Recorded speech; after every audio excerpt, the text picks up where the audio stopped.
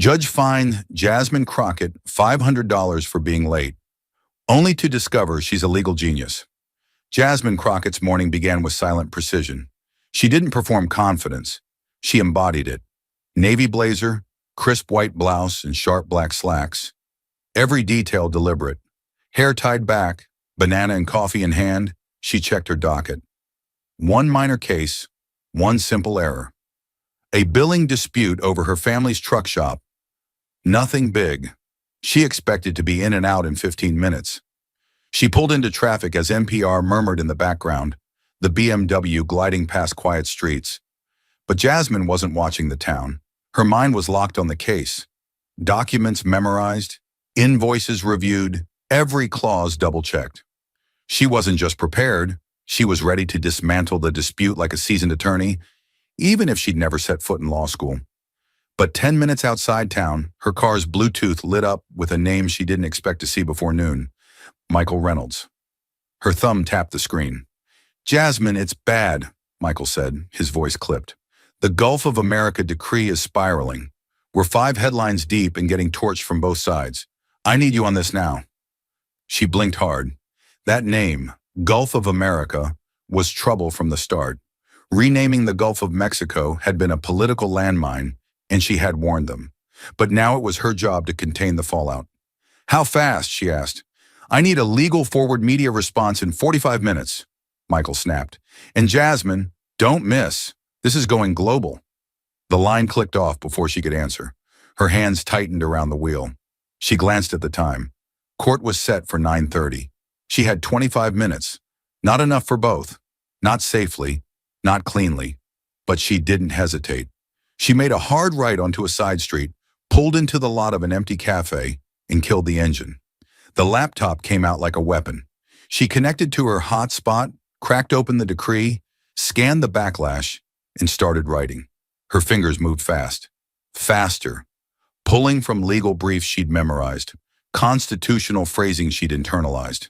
First Amendment case law she'd cross-referenced at 2 a.m., just in case moments like this ever came.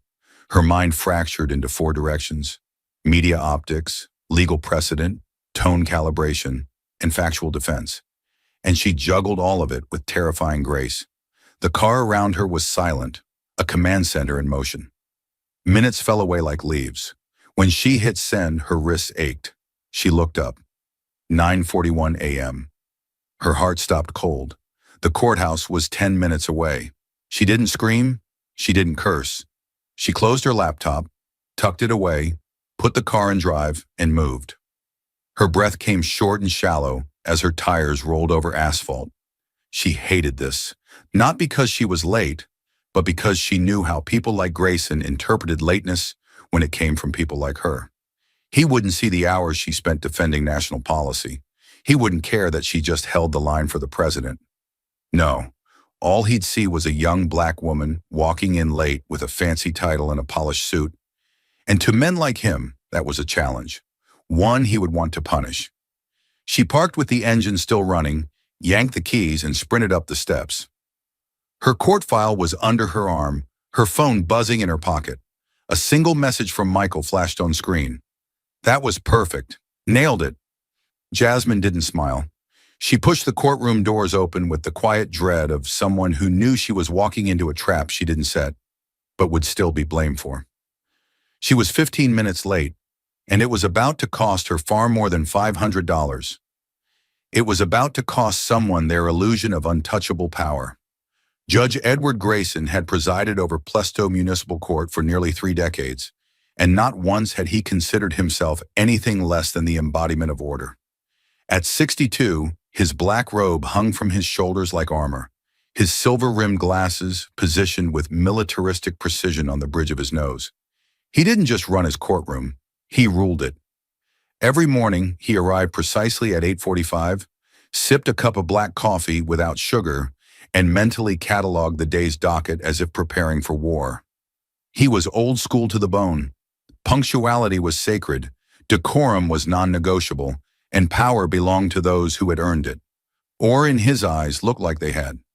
Youth, unreliable, women, emotional, outsiders with too much ambition. dangerous. He never said those things aloud, of course. He didn't have to. His tone, his sentencing patterns, his habit of cutting off certain defendants mid-sentence, they all said it for him. That morning, the courtroom hummed with its usual rhythm. A low murmur of voices rose and fell like waves against wood-paneled walls.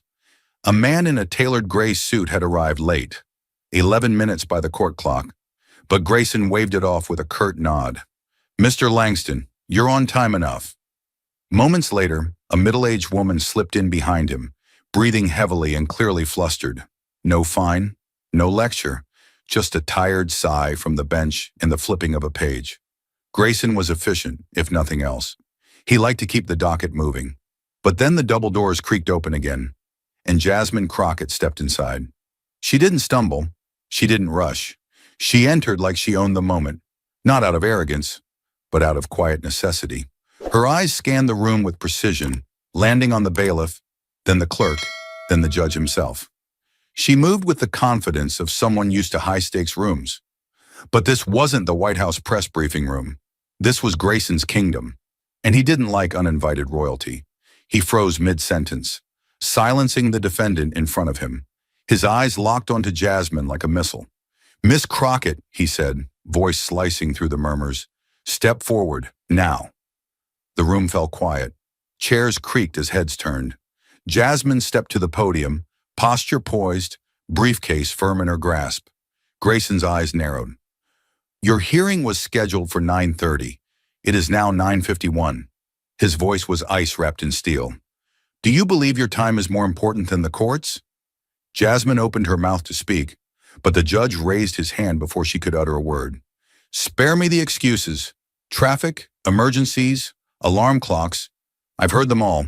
This court is not a flexible calendar. It is a courtroom." His gavel didn't drop yet, but it hovered like thunder waiting to strike. "Your attire suggests you understand professionalism. Your arrival suggests otherwise." She stood tall, meeting his glare without flinching. "Your Honor, I had a time-sensitive national security matter come across my desk at the White House. I stepped aside to respond before appearing here. I can provide written proof of—" "You were late," he cut her off sharply. "That is all this court requires to know." His gavel slammed down. The sound echoed off the high walls, snapping through the air like a gunshot. "This court hereby finds you in contempt for willful tardiness. You are fined $500, payable before you leave the courthouse today." The silence that followed was heavy. Jasmine didn't move. Neither did her expression. But across the courtroom, eyebrows rose. A man who'd been allowed to slink in late and unchallenged turned slowly to watch. A woman clutching a traffic ticket pressed her lips together, clearly confused. Even the clerk, Margaret Evans, looked up from her keyboard with something that might have been concern or disbelief. Jasmine finally spoke, her voice low but clear. "With all due respect, Your Honor, I was not willfully late. I had obligations to fulfill as part of my role at the White House." "And I suppose you think that makes you exempt?" Grayson said, chuckling, the sound dry and sour. "This isn't Washington, Miss Crockett. Your title carries no weight here. In this courtroom, you're just another name on the docket. And if you think flashing your resume changes that, you're sorely mistaken." A sharp breath caught in the throat of the woman seated behind Jasmine. Robert Hayes, the bailiff, shifted uncomfortably at his post. He had seen Grayson lash out before, but this felt different, too personal, too pointed. Grayson wasn't just asserting authority, he was punishing presence. And Jasmine, by merely existing in that room with composure and confidence, had violated his unspoken rules. She kept her gaze level. "I am not asking for an exemption, sir. I'm asking for consistency. I observed 2 individuals enter late before me. Neither was reprimanded, neither fined. That broke the stillness. A man in the second row straightened in his chair. Margaret's fingers froze over her keyboard. The old man near the back, a regular, nodded faintly, as if confirming a memory. Grayson's nostrils flared. "You are not in a position to lecture this court on fairness.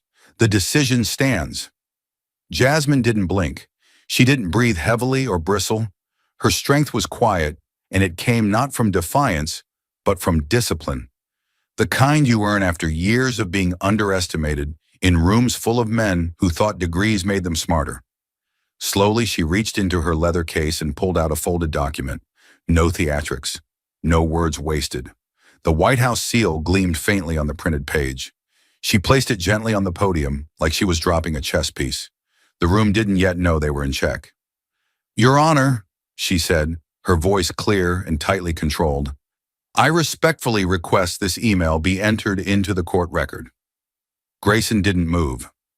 "It is a time-stamped communication from the White House Senior Political Office, sent directly to me at 8:04 this morning, regarding the urgent handling of the Gulf of America decree." She didn't raise her voice. She didn't need to. The power was in the precision. Grayson's hand hesitated over his gavel. His eyes narrowed slightly, scanning the document from a distance he couldn't quite cover with arrogance alone. He didn't ask to see it. Maybe he knew that taking it would validate it. Maybe he was realizing slowly that this wasn't the kind of defendant who left breadcrumbs. Jasmine Crockett brought entire case files. "This document," she continued, "details my role in responding to a policy-level crisis that directly impacts the executive office. My delay was neither negligent nor avoidable. It was a matter of national duty." Her hands never trembled. Her voice didn't falter. She paused just long enough for the courtroom to feel the weight of her words. And yet, that context was denied consideration.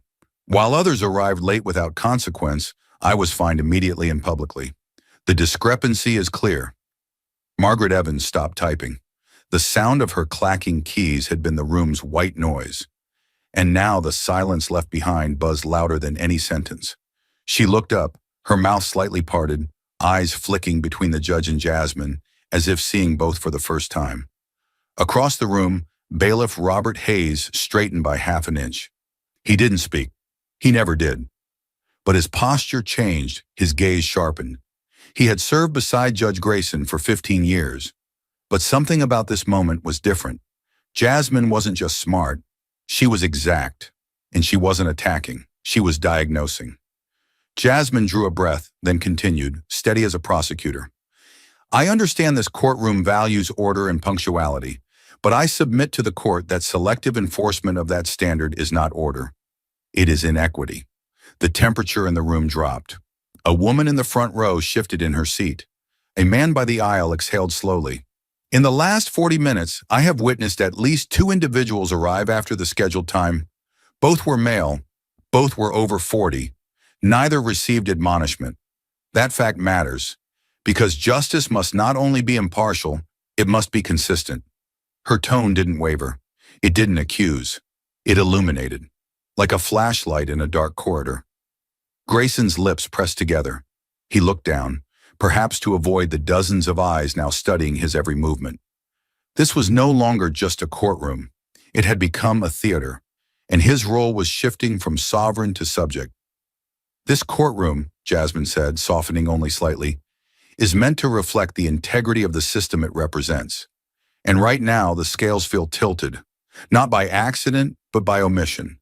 She placed both hands on the podium, not clenching, not forcing, simply grounding herself in truth. "I do not ask for a reversal of consequence. I ask for an acknowledgement of disparity." The room was utterly still. Even the air, it seemed, dared not move. Margaret's hands returned to her keyboard, now recording something she knew she would never forget. Robert Hayes blinked slowly, like someone taking mental photographs. People began to look at Jasmine differently. Not as a professional in a suit, not as a defendant in front of a judge, but as a mirror held up to something uncomfortable and long ignored. Grayson sat motionless, though not in confidence. His authority, so easily wielded moments earlier, now felt brittle, like porcelain beneath a microscope. His silence dragged on for a beat too long, and in that beat, Jasmine's restraint became its own verdict. She didn't press further. She didn't gloat. She had made her case with nothing but facts and composure, and in doing so, she had done what few ever managed, turned the judge's bench into the defendant's chair. She didn't need the gavel. Her truth was loud enough. Jasmine didn't stop at proving her own case. She turned the entire room into evidence. Her voice, is still calm, gained a sharper edge. "Since I entered this courtroom," she said, "I've observed a pattern that's too clear to ignore." She turned slightly, eyes scanning the gallery with surgical calm. Mr. Langston, who entered at 9:41, was greeted with a nod. Mrs. Holloway, 9:44, no comment. Neither was fined. No gavel, no public dressing down. She let those facts hang in the air like a series of open files, one after the other. Yet I, who entered at 9:51, was not only fined $500, but reprimanded publicly and stripped of the opportunity to speak before judgment. There was no accusation in her voice, only undeniable pattern. She pulled out a second document from her file, a notepad, handwritten. "I anticipated this might happen," she said quietly, "so I took notes the moment I arrived."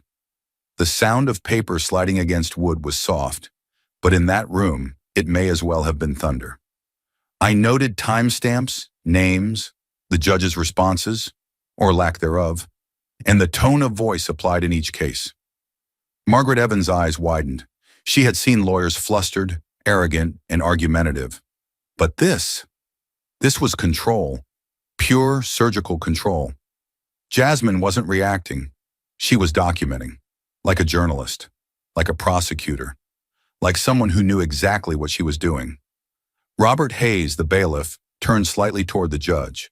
Not a confrontation, just a shift, the kind that said, "You see this too, don't you?" Grayson's fingers tensed slightly on the bench, though he hadn't moved much in 5 minutes. His posture was still upright, but the authority had leaked out of it like air from a tire. Jasmine didn't need him to admit guilt.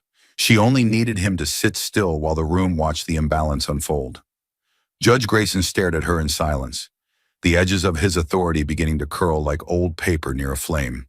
He had seen defendants try to explain themselves. He had heard excuses, heard anger, heard pleading. But this wasn't that. Jasmine wasn't explaining. She was dissecting, with names, times, tone of voice. She was presenting her case with the cold precision of someone who had lived under scrutiny long enough to memorize its patterns. Grayson glanced to his clerk, Margaret Evans, whose fingers hovered over the keyboard like she didn't know whether to type or listen, because this clearly wasn't in the script. He shifted in his seat, not much, just enough to betray the pressure building beneath the surface. He tried to reclaim the room with posture, but posture was not going to save him now. Not after the gallery had heard her list each instance of selective leniency, and then seen the contrast etched across her treatment like ink on parchment. He reached for the rim of his bench, fingers drumming once against the polished wood. A tick, a tell. He could see it now, the attention, the eyes. This was no longer a courtroom proceeding. This was exposure. "Miss Crockett," he finally said, voice thinner than before, "I believe we may have misjudged the circumstances of your arrival." Jasmine didn't blink. Grayson cleared his throat and continued, adding weight to his tone like he was trying to convince himself more than her. "I was unaware of your obligations this morning. That email, had it been brought to our attention earlier, certainly would have affected the court's response." His words were smoother now, practiced, diplomatic, but the tremor beneath them was unmistakable. "The fine, the contempt citation, I'm prepared to rescind it. We can remove it from the record." The offer landed like a rope thrown overboard after a shipwreck. Too late, too soft, and more about image than salvation. Jasmine's head tilted slightly, just enough to signal she'd heard him, but her voice, when it came, was as resolute as steel. "No, Your Honor." The words were soft yet final, the kind of soft that ends arguments, the kind of soft that silences rooms. Grayson blinked. "Excuse me." Jasmine kept her gaze level, her hands resting on the edge of the podium, with practiced calm. "I respectfully decline the rescindment," she said again, her tone so precise it sounded like it had been sharpened on law books. "Not because I believe the fine is justified. It isn't. But because removing it now would erase what actually happened in this courtroom, and I need that moment preserved." The room was dead quiet. No one coughed. No one shifted. Even Margaret had stopped moving. "I don't need retroactive fairness," Jasmine continued. "I need documentation. I need this court's first instinct recorded as it was, because that instinct speaks louder than the correction. Her eyes scanned the room, catching glances, pausing on the familiar look of recognition in those who had experienced the same quiet injustices, but never had the tools to name them in the moment. This, she added, gesturing slightly toward the docket, was never just about being late.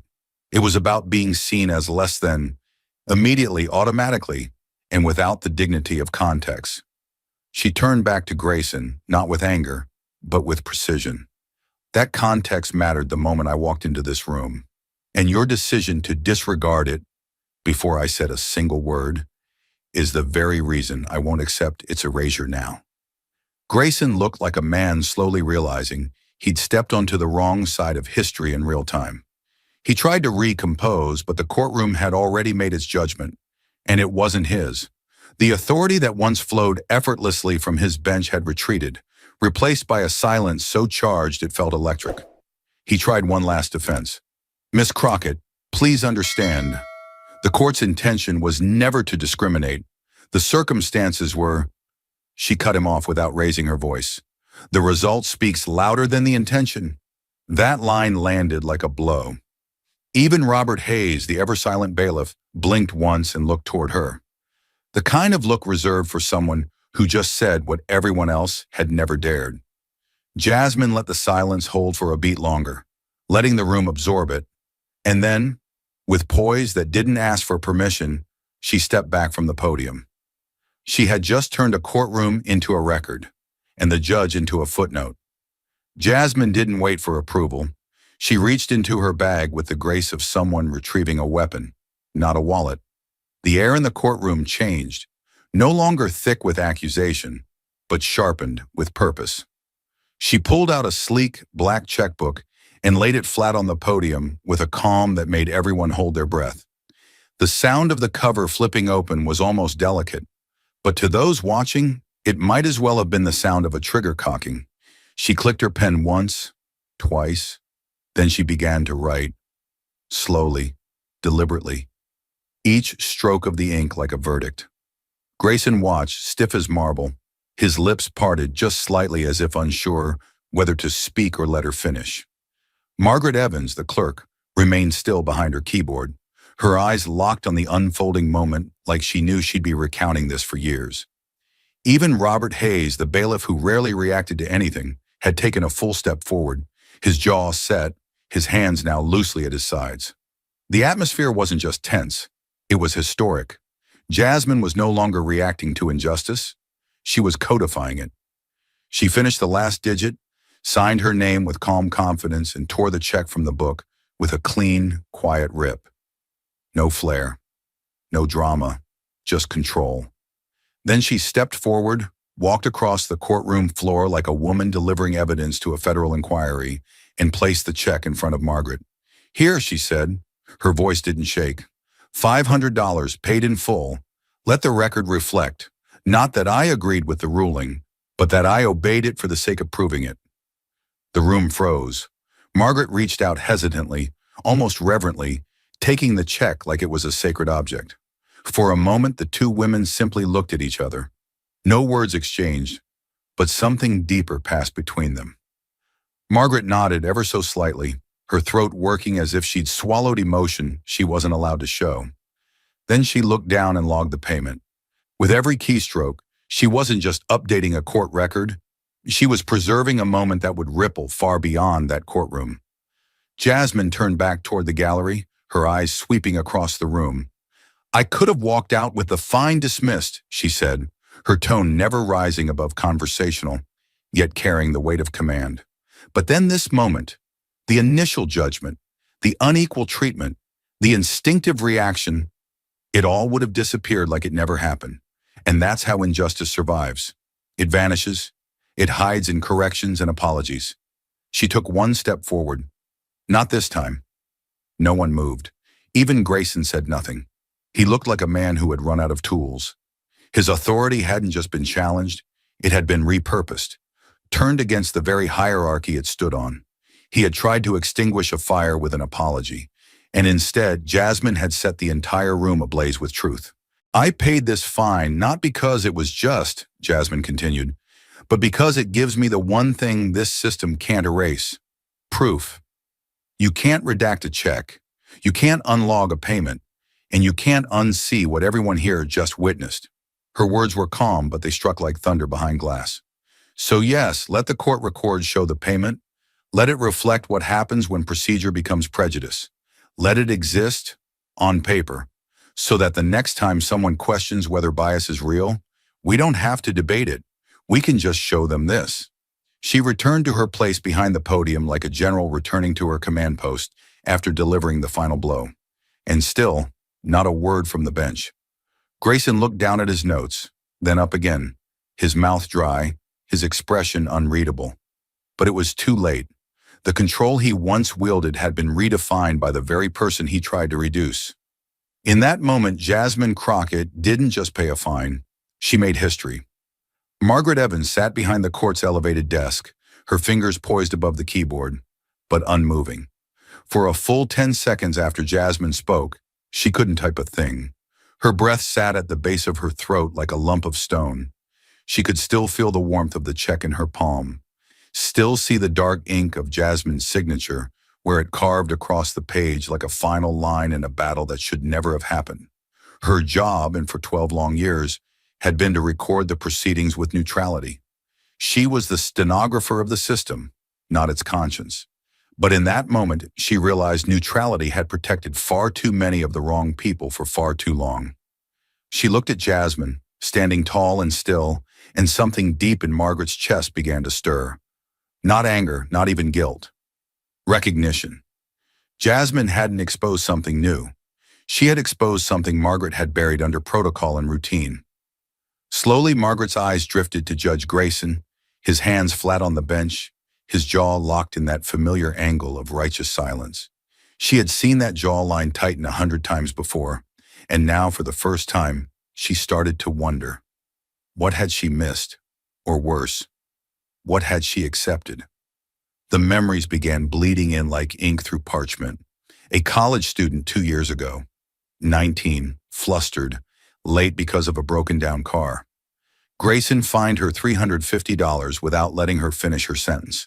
She cried quietly while exiting the courtroom, clutching a traffic violation like it was a felony. No one blinked.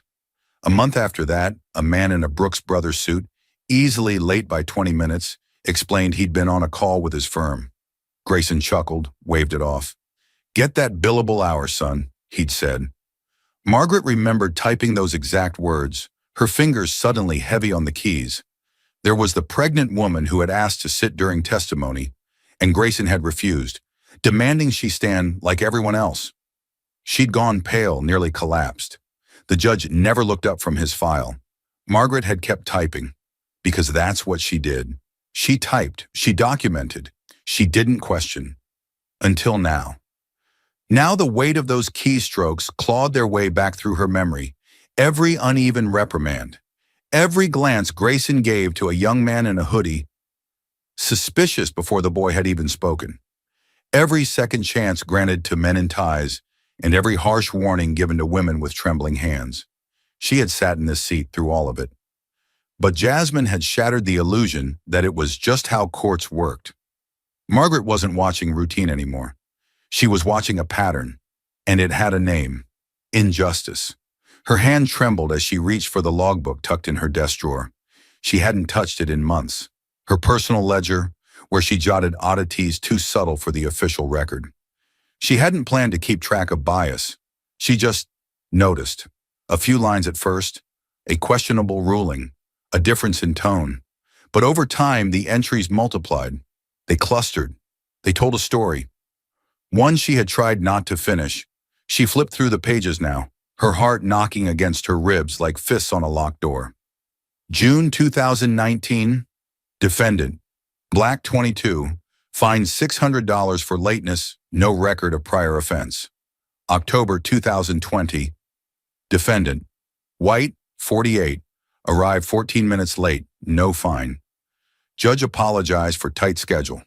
April 2021, Latina defendant referred to as young lady 5 times. White male defendant, in next case addressed as Sir. The patterns weren't theoretical. They were right there, in her handwriting, hidden in plain sight, ignored for the sake of continuity. Margaret looked back at Jasmine, still standing beneath the glow of courtroom lights, now less a figure on trial and more a symbol forged in the furnace of quiet resistance. It hit her then, like a slap. Jasmine wasn't just demanding justice, she was demanding witnesses, and Margaret had been one all along. She closed the notebook softly, but something inside her had snapped open, and this time, she wasn't going to just type. She was going to speak. The courtroom hadn't emptied before the fire had already started. Somewhere near the back row, a law student named Kira, 23, glasses fogged from nerves, had recorded a few seconds of Jasmine's speech on silent mode, thumb trembling as she held her phone low beneath her coat. She hadn't meant to share it, not at first, but as she sat in the courthouse cafe moments later, watching the clip again, something inside her cracked. The steadiness of Jasmine's voice, the check placed on the podium, the quiet refusal to let injustice vanish unrecorded.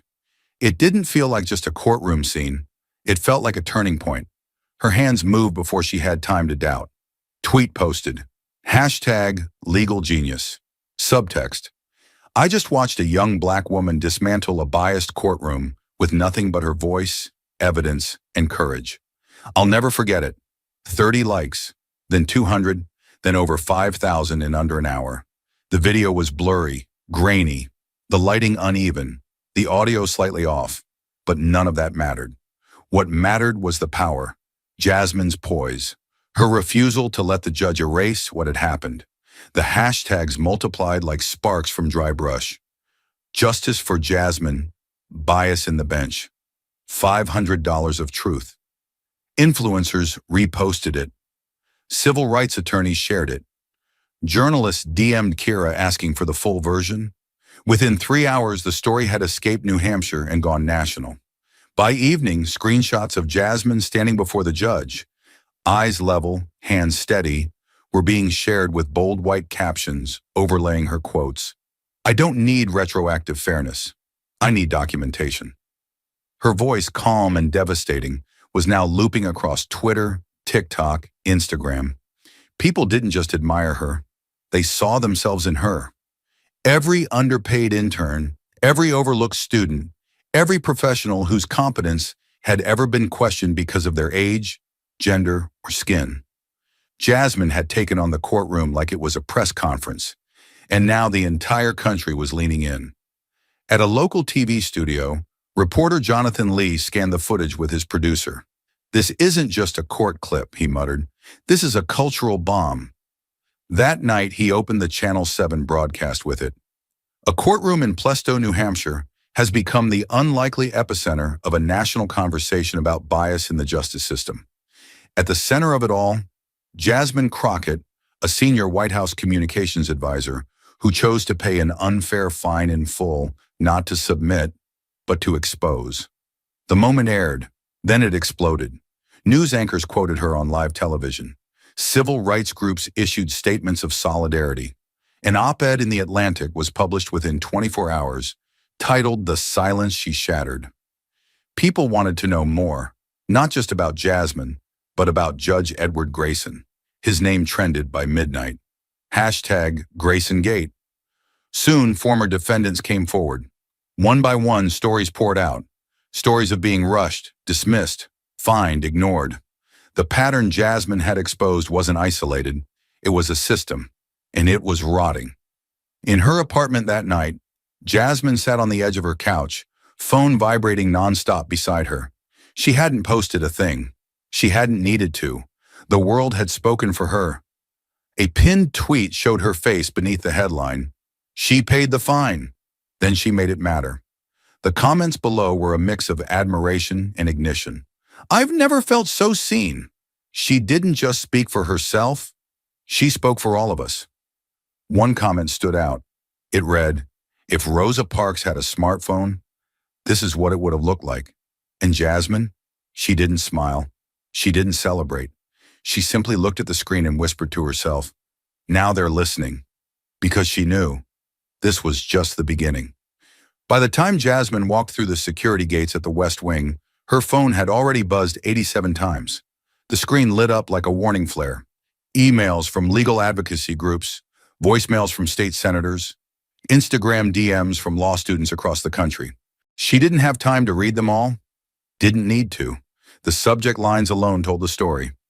Thank you for standing up. I had the same judge. My daughter cried in that courtroom too. She stepped into her office, a quiet, glass-walled corner usually reserved for polished briefings and policy prep. And now it felt like the nerve center of a nationwide reckoning. Her assistant glanced up, eyes wide. You've gone viral. Again, it's kind of a movement now. Jasmine set her bag down, exhaled slowly, and stared at the flood of messages populating her inbox like evidence in a trial she never volunteered for. One was from a public defender in Vermont. He fined my client $400 for wearing jeans. That same day, he let a banker walk out after mocking a bailiff. Another from a retired judge in Florida. I've watched your video 5 times. You didn't flinch. That courtroom will never be the same. Her jaw clenched. She didn't care about the praise. What mattered was the pattern. The story stacking, each one a pixel in a much bigger, uglier image. She clicked open a spreadsheet a volunteer had compiled. 53 names, same judge, same tone, same outcome, same silence, until now. The news hadn't stopped spiraling. Every major network had picked it up. CNN ran a segment called The $500 Statement That Launched a Storm. MSNBC rolled with a headline, Jasmine Crockett breaks the silence on judicial bias. Even Fox News, reluctantly, aired a 10-second clip of her statement at the podium. Not out of support, but because the numbers were too big to ignore. The hashtags had reached critical mass. Hashtags don't bend systems, Jasmine knew, but they do alert the nation that something beneath the surface has cracked. And right now, America was listening for the break. She didn't have time to reflect, not yet. A folder arrived on her desk, slipped in quietly by a White House intern. No note, no signature, just a seal, Federal Judicial Oversight Division, Internal Communications, confidential. Jasmine opened it slowly. Inside were photocopies of handwritten notes, legal dockets, internal memos, all about Judge Grayson. She recognized the handwriting immediately. Margaret Evans, clerk of the court. Her silence during that hearing hadn't been indifference. It had been endurance. Inside those pages, Jasmine read cases Margaret had tracked for over a decade. Names, ages, ethnicities, sentencing inconsistencies, fines, reprimands, the tone used in transcripts. It was all there, quietly cataloged like ammunition, waiting for the right moment. Jasmine closed the folder and stared at it for a beat too long. It felt heavy in her lap, but not like a burden, like a key. 10 minutes later, her assistant returned with a message scribbled on a post-it. Robert Hayes wants to talk, said it's important, asked for secure line. Jasmine's eyebrows lifted. She remembered the bailiff, calm, composed, observant. Never once did he interrupt, but his eyes had followed everything. She dialed the secure office line and waited. This is Hayes, the voice said. Low, rough, measured. I kept my mouth shut for 15 years. I was good at it. That was the job. But what I saw in that room, that wasn't just judicial overreach. That was systemic, and it's been that way for too long. Jasmine stayed silent. Let him speak. I've got boxes in my garage, Hayes continued. Old ticket duplicates, personal logs. I kept my own list, same as Margaret. We didn't plan it. We just couldn't ignore it. You came in and said what we didn't have the position to say. Now we've got the receipts. Jasmine closed her eyes for a moment, just breathing. Margaret, Robert. Both had worked beneath Grayson for over a decade, and in silence they'd built their own archives. Paper trail upon paper trail, brick by brick of buried truth. All they'd needed was someone to turn the key in the door. Send everything, she said finally. Anonymously, securely. I'll do the rest. Outside her office window, dusk began to fall over the White House lawn. The West Wing buzzed with routine, Meetings, reports, calls, appointments. But Jasmine sat in her office completely still, surrounded by evidence, headlines, testimonies, and truth that had been collecting dust in drawers and files for over a decade. This wasn't about one courtroom anymore. It wasn't even about Grayson. This was about how systems learn to survive by dressing inequality in protocol and calling it justice. Jasmine stared out at the horizon, then back at the files. It wasn't just her move now. It was a war, and she wasn't alone. The report landed on the long oak table like a dropped gavel. Thick, bound in dark blue, its cover stamped with the seal of the New Hampshire Judicial Oversight Committee. Inside, 348 pages of hard evidence, testimonies, transcripts, analytics, line-by-line breakdowns of Judge Edward Grayson's courtroom history dating back over a decade. Laura Bennett, lead investigator, stood at the head of the room, fingers curled around the edge of the table, her voice level but tight with urgency. "The results are conclusive," she said. "Not only has Judge Grayson consistently issued harsher penalties toward younger defendants, particularly women, but the disparity is both statistically significant and morally indefensible." Around her, the ethics board sat in stunned silence. The data was undeniable. Defendants under the age of 30 were 3 times more likely to receive maximum fines for nonviolent infractions than those over 45. Women under 35 were penalized more than any other demographic, both financially and verbally. The algorithm tracking tonal bias showed elevated levels of hostility and interruption when Grayson spoke to young women, especially women of color. And it didn't stop with him. The investigation had spread outward like wildfire, uncovering similar behavior patterns in 6 additional judges across the state. The rot wasn't local, it was regional. Laura turned the page on the projector. This chart shows average fine amounts for identical violations across age and gender. As you'll see, men over 40 received an average fine of $128. Women under 30, $406.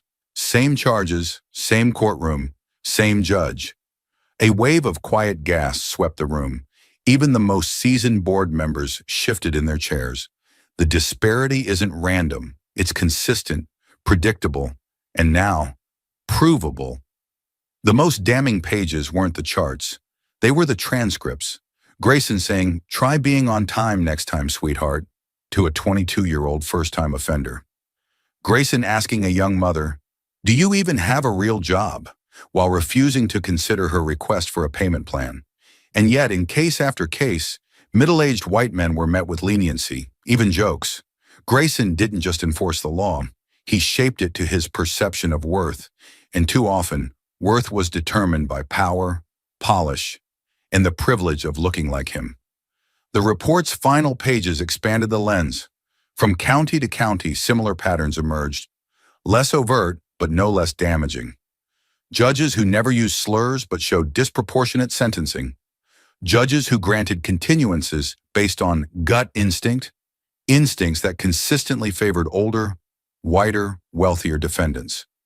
The investigation's scope had tripled in the final 2 weeks. What began as a probe into one man had cracked open a mirror aimed at the entire judiciary. Laura looked up from the last page, her eyes sweeping the room. "We thought this was about one courtroom," she said. "It isn't. It's about a culture that rewards quiet discrimination under the guise of discretion." She didn't raise her voice. She didn't need to. The data was a siren louder than any speech. The question now is not whether we act. It's whether we dismantle what allowed this to continue for so long. And somewhere in her White House office, Jasmine Crockett read the same report, line by line, with a fire in her chest and the silence of justice slowly beginning to unravel. The world had seen her speak truth to power. Now it would have to answer to it. The hearing chamber was packed, rows of seats filled with reporters, former defendants, law students, political aides, and citizens who once sat quietly in courtrooms just like Grayson's, never expecting justice to answer back. But today they were here for something rare. A judge once untouchable, now standing under the weight of his own record. The panel of ethics commissioners sat elevated at the front, their expressions carved in stone. Microphones crackled, cameras rolled. The walls, usually reserved for ceremonial portraits, now bore the electric hum of accountability. Edward Grayson stood at the defense table, no longer wearing his robe. He looked smaller without it, like something sacred had been stripped away. His hair was thinner than in the viral photos. His hands were clasped tightly in front of him, knuckles pale. For once in his 30-year career, he wasn't the one demanding order. He was the one waiting for judgment. Laura Bennett, now acting as lead for the disciplinary council, stood calmly before the board. Her voice didn't tremble. After reviewing over 10 years of court transcripts, recorded testimony, eyewitness accounts, and documented disciplinary inconsistencies, the board finds Judge Edward Grayson in violation of judicial ethics under 3 separate statutes. Her eyes locked on his. Pattern bias, disparate sentencing, abuse of discretionary power. Gas rippled through the room. Grayson didn't react, not visibly, but his jaw flexed. Once, the evidence had been overwhelming. Hundreds of files, dozens of witnesses, clerks and bailiffs who had stayed silent for years. But it was Jasmine's moment, captured on camera, calm and razor-sharp, that had forced the system to confront itself. And now Grayson stood in front of a body that once would have protected him. Today, they would sentence him. Bennett continued. The data shows a sustained pattern of targeting younger defendants, particularly women and people of color, with harsher penalties than those issued to older, white male counterparts for identical offenses. This is not perception, it is fact. She paused. This pattern was not isolated, it was systemic, it was repeated, and it was unrepentant. She handed the board chair a sealed envelope. The disciplinary recommendation. The chair opened it slowly, like peeling back the lid of a long-buried secret. The board unanimously recommends the following: permanent removal from the bench, immediate forfeiture of pension, disqualification from holding any future public office within the state judiciary. The voice was flat, final. This judgment takes effect immediately. The chamber didn't erupt in applause. It held its breath, like a crowd watching a dam collapse after years of tension. Grayson's shoulders dropped by half an inch, the only sign that the weight had finally settled.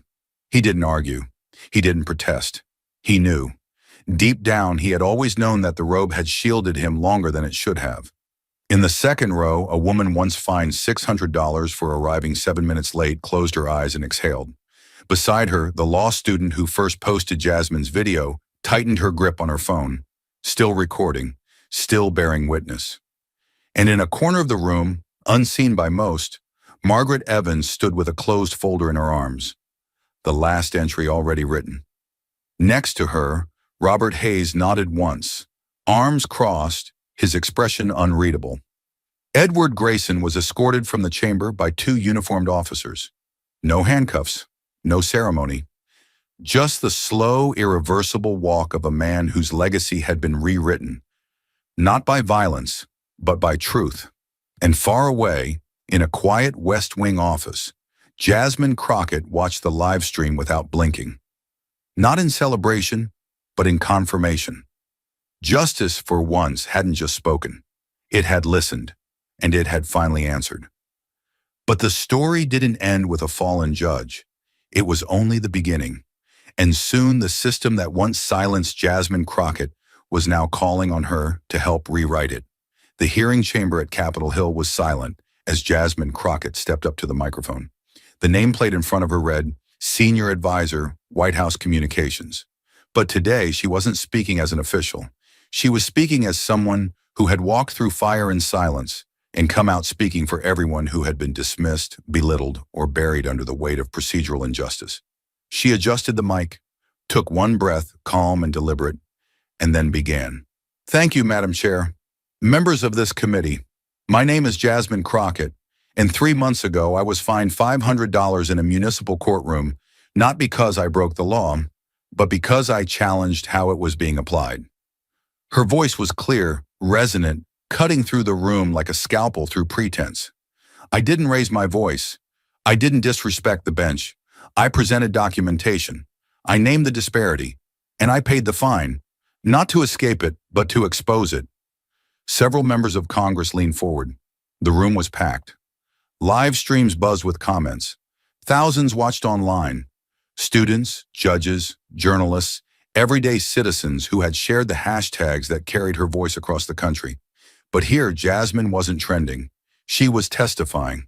What followed, she continued, was not an isolated reaction to one judge. It was a revelation of how many courtrooms operate under the illusion of neutrality, while applying power in ways that harm the youngest, the voiceless, and the unseen. She paused. I'm not here today to recount my story. That part is on record. I'm here to present a blueprint for change. Not only so what happened to me doesn't happen again, but so we stop mistaking silence for fairness. Behind her, a monitor displayed a single slide. Bias isn't always loud, but it always decides. Jasmine outlined a plan that silenced even the most skeptical senators. Mandatory courtroom bias training, artificial intelligence-driven audit logs of sentencing trends, transparency dashboards for local and state judges, updated monthly and accessible to the public. Anonymous courtroom evaluations submitted by defendants, translated into quarterly reports. A national judicial equity task force, not advisory, but with oversight power. And finally, something new. A federal initiative, Jasmine said, to create a series of courtroom fairness training programs, not just for judges, but for clerks, bailiffs, and court reporters. Because systemic bias isn't always in rulings. Sometimes it's in tone, in body language, in who gets interrupted, in whose stories are believed. The room went still. When she finished, the committee chair leaned into her mic, eyes narrowed not in skepticism, but in admiration. Miss Crockett, she said, if you're willing, we'd like you to lead the design of that training. On a national level, a murmur rippled across the chamber. Jasmine didn't flinch. I'd be honored, she replied. Within weeks, Jasmine was standing in a new kind of room, a bright, modern lecture hall inside the Department of Justice Training Center. In front of her sat 30 judges, 20 clerks, and 10 federal magistrates. Not hostile, not defensive, curious, humbled, listening. Behind her was a screen with a single quote. The first step to fairness is realizing when you've stopped seeing people and started measuring them. She taught not with bitterness, but precision. She used her case as a window, not a weapon. She showed recordings. She read transcripts. She asked hard questions, the kind that didn't have answers, only reflection. And when she ended that first session, a judge from Arizona stood and said, "No one's ever made me uncomfortable enough to grow. You just did." Jasmine nodded, because that was the point. She wasn't just changing the system anymore. She was rebuilding how it thought, and it had only just begun. The old marble sign above the courthouse entrance had been taken down in silence. No ceremony, no reporters, no commemorative speech. Just a single crane, 2 workers in gray uniforms, and a quiet crowd that gathered to watch history be erased. Letter by letter, the words Plesto Municipal Court came down in dull clangs of metal on concrete. In its place, a new sign rose, Justice and Equity Training Center. Simple, stark, final. No one clapped, but a few people cried. Inside, the transformation was even more profound. The chambers where Judge Grayson once ruled with cold detachment had been redesigned. No longer a place of condemnation, but of education. Rows of pews were replaced with learning pods and dialogue tables. The judge's bench had been removed entirely. In its place, a semicircular platform where instructors sat alongside trainees, signaling not hierarchy, but shared responsibility.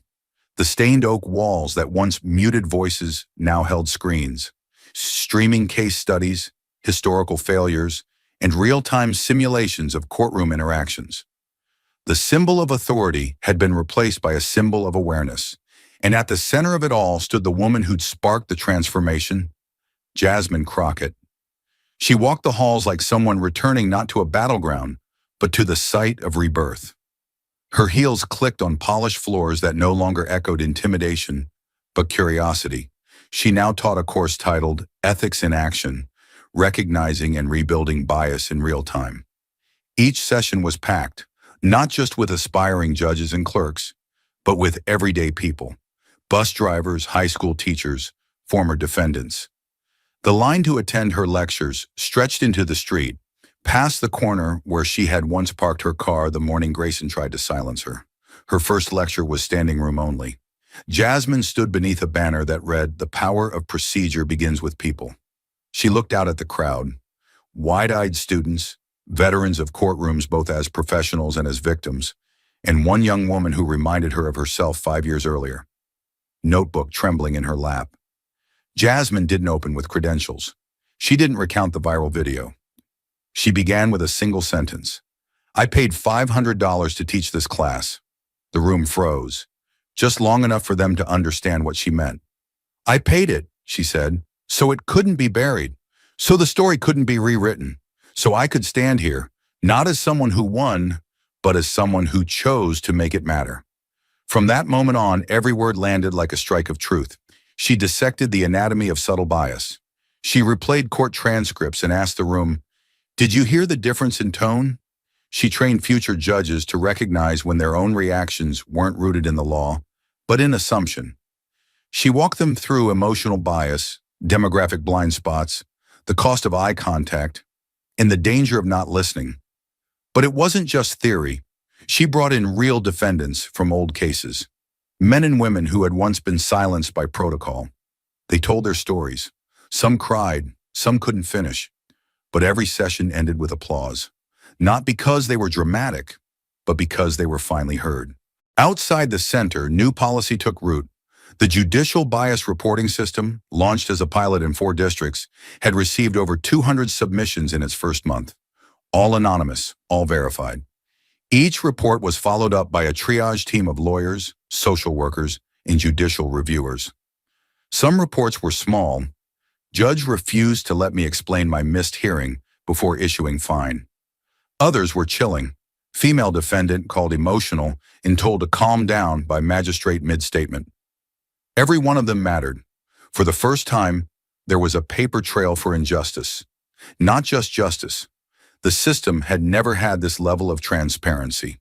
Jasmine had insisted on it. "We don't fix what we don't measure," she said again and again, in every meeting, every briefing. Now dashboards tracked courtroom interactions like weather systems, heat maps showing which counties issued disproportionate fines, which judges interrupted the most, which courthouses had no complaints, and maybe that meant no honesty. But Jasmine didn't just teach and consult. She visited law schools, Harvard, Yale, Georgetown, small community colleges across the South and Midwest. Everywhere she went, lecture halls overflowed. Students stood in aisles. Professors gave up their own seats. She didn't just talk about the system. She dismantled it, piece by piece in real time, asking her audience, if fairness isn't enforced, does it exist? If justice isn't equal, is it even justice at all? Students wrote her letters by the hundreds. Emails poured in. One read, "I was going to drop out. I thought the law was just theater for the powerful, but you made me want to stay, to change it from inside." She saved every one of them because they were proof that change was no longer hypothetical. It was generational, and it had a name. Justice wasn't blind anymore. It had eyes, and one of them belonged to Jasmine Crockett. The letter arrived on a quiet Monday morning, tucked between folders of policy drafts and a manila envelope marked urgent. It wasn't official, not from an agency or legal institute. The handwriting was messy, the ink smudged in places, and the return address was a dormitory building at a small law school in Connecticut. Jasmine recognized the name immediately. Kira Moreno, the law student who had filmed her courtroom hearing, whose quiet recording had gone viral, who had sparked a storm by simply refusing to look away. Jasmine unfolded the letter carefully, like it might break apart in her hands. It was handwritten in dark blue ink, no emojis, no hashtags, just truth. "Dear Ms. Crockett, I've rewritten this letter 12 times and none of them feel right, so I'll just say it plainly. You changed my life. That day I didn't mean to capture a revolution. I just wanted to document what I couldn't believe I was seeing. I watched a woman walk into a courtroom with no anger, no shouting, no protection, and dismantle the whole illusion of fairness with just her words and her presence. Jasmine stopped reading. Her fingers gripped the paper tighter. She could still feel the wooden edge of that podium beneath her palms, the sterile air of the courtroom, the weight of the gavel before it dropped. You made me stay in law school. I was going to quit. I didn't think it could ever be more than paperwork and posturing. But that day, you gave me something I didn't know I was missing. Permission to believe again. You showed me that sometimes one voice is enough to make a system flinch, that sometimes one person is the turning point. Tears welled quietly behind her eyes, not from sadness, but from the sheer gravity of what had begun in silence and spiraled into change. She folded the letter carefully and slid it into a drawer labeled Keep, a drawer already full of emails, notes, and messages from strangers who had once felt invisible until they saw someone refuse to be. Later that week, Jasmine was invited back to Plesto, not for a lecture, not for a briefing, but for a ceremony. She hadn't set foot in the building since the day the system tried to shrink her.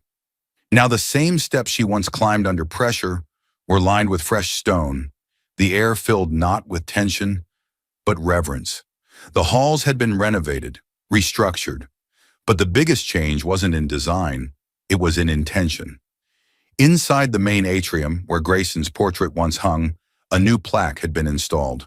Solid bronze, polished to a mirrored finish, mounted on a slab of black granite. A small crowd gathered as the curtain was drawn back. Cameras flashed. No one spoke for several seconds. Then someone read the words aloud. Justice is not just the law. It's how we treat every person who walks through these doors. And below it, in smaller engraving, on the day Jasmine Crockett entered Judge Grayson's courtroom, everything changed. The silence that followed wasn't solemn, it was sacred. Jasmine stood just feet away, her breath shallow, her hands folded in front of her like she was holding something invisible. Memory, maybe, or the weight of what it meant to be seen. She hadn't asked for this plaque, hadn't sought this honor, but its existence meant something more powerful than legacy. It meant the system remembered. Robert Hayes stood a few feet away in uniform, his expression firm, eyes damp. Margaret Evans stood beside him, hands clasped, the same notebook she used to carry now, resting in the archive behind her. Preserved, permanent. They didn't say anything. They didn't need to. This was their vindication too. After the ceremony, Jasmine walked alone through the new halls. The courtroom was quieter now, redesigned for education, not adjudication. But the podium was still there. She touched it, gently, remembering the weight of speaking truth in a room built to silence it, and she whispered under her breath, not for anyone to hear. One voice, one moment, one system, cracked open, and outside the plaque gleamed in the morning light, unblinking, unmoving, unafraid. Like her. Justice, people often say, is blind. But Jasmine Crockett learned that sometimes justice sees exactly what it wants to and looks away when it's inconvenient. She walked into a courtroom expecting law and left carrying its broken pieces, not in bitterness, but in proof. The gavel that tried to silence her became her microphone. The fine that tried to shame her became her receipt of courage. And the silence of the room, cold, heavy, suffocating, became the silence that gave her words weight. In that moment, she wasn't fighting just for herself. She was fighting for everyone who had ever been talked over, looked through, written off. Everyone who'd ever been told, this is just the way things work. She stood against a system that believed power was the same as truth, and reminded it that real truth doesn't need volume, just presence. What Jasmine proved wasn't just that a system could be challenged. She proved that it could be recorded, exposed, and reimagined. Her story didn't end at the courtroom steps. It began there. She taught us that laws written on paper mean nothing if they're not lived with principle. That fairness isn't protocol, it's intention. That silence isn't always peace, it's often permission. And most importantly, she taught us this. When one person dares to speak, when the room demands obedience, change doesn't ask for permission, it begins. She didn't tear the system down with rage. She forced it to see itself in a mirror it could no longer shatter. And in doing so, she gave voice to the voiceless, sight to the blindfolded, and hope to a generation raised to believe the law belongs to the powerful. It doesn't. It belongs to the people. Every single one. And sometimes it only takes one to remind the rest. Thank you for watching until this moment and for standing with us on this journey for justice. Your support means everything. Like, subscribe, and turn on notifications so you never miss what's next. And we'd love to hear your thoughts. Leave a comment below and let us know what moved you most in this story. Together, our voices make a difference.